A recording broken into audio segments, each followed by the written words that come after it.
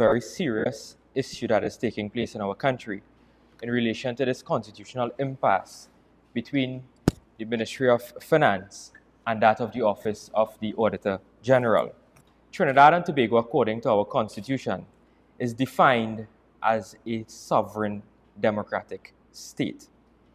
And the Constitution declares that we are a sovereign democratic state.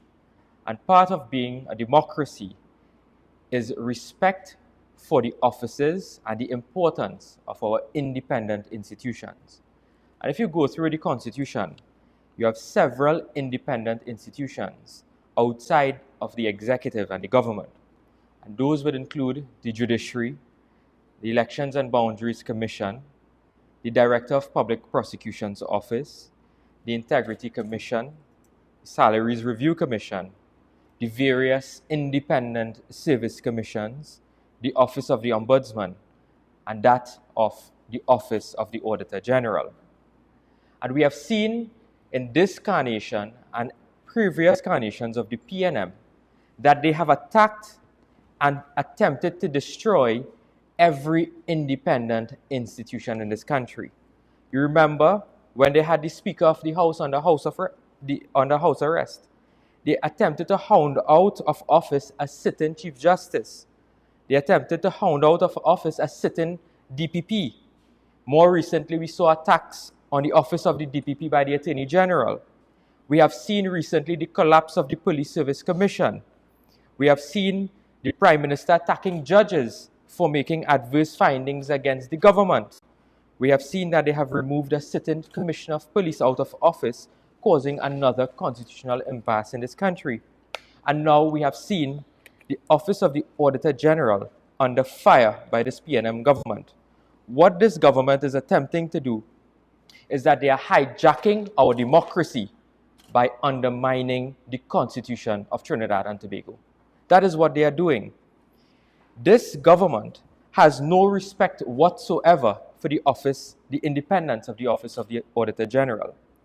That office, according to Section 116 of our Constitution of the Republic of Trinidad and Tobago, states that that is a constitutionally protected office.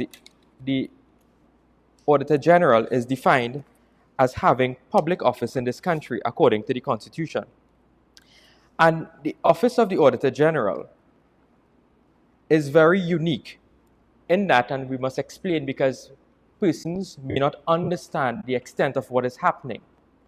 When the budget is passed, the government is given the authority, they're given the legal authority in order to spend money that was appropriated in the Parliament. So if the government budget was $60 million, that is what they have to spend for that particular fiscal year. And when the government spends the public money, inbuilt in the Constitution is a check and balance for that particular spending.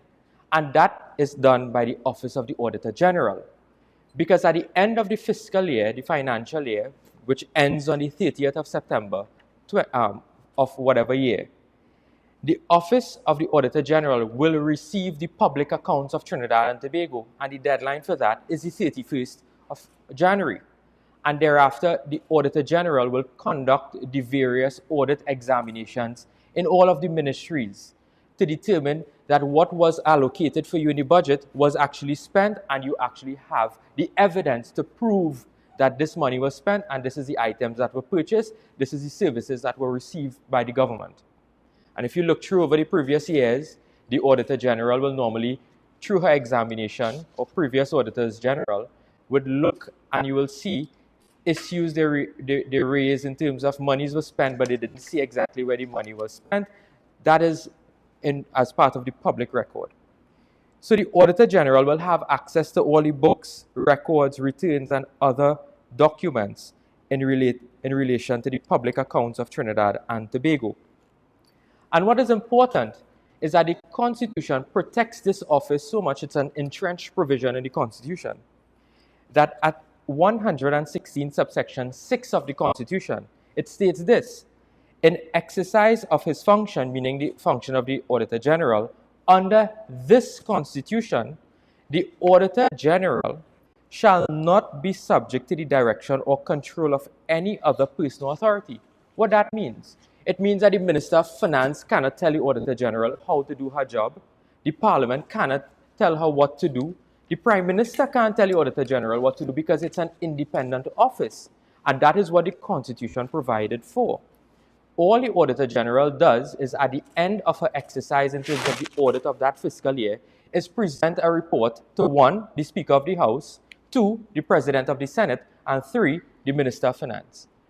And whatever report that she provides to the Parliament, they cannot tell her to adjust her report because that is her constitutionally enshrined duty to audit the books of Trinidad and Tobago. It's simple as that. When you look at the oath of office that the Auditor General takes, it's in the Constitution. It says that she indicated that she has been appointed as the Auditor General. And this is what the oath says, and I'll read it verbatim. I will bear true faith and allegiance to Trinidad and Tobago, and will uphold the Constitution and the law, that I will conscientiously, impartially, and to the best of my knowledge, judgment, and ability, discharge the functions of my office, and do right to all manner of people, after the laws and usages of Trinidad and Tobago, without fear or favor, affection, or ill will. And today, we have seen Ms. Jaiwanti Ramdas executed her oath of office without fear or favor from this PNM government, who has launched several harsh political attacks upon her under the cowardly cloak of parliamentary privilege. The Attorney General and the Minister of Finance, on the Friday that we had this debate in terms of the extension of time for this report, they launched serious, disgusting political attacks on the independent office of the Auditor General.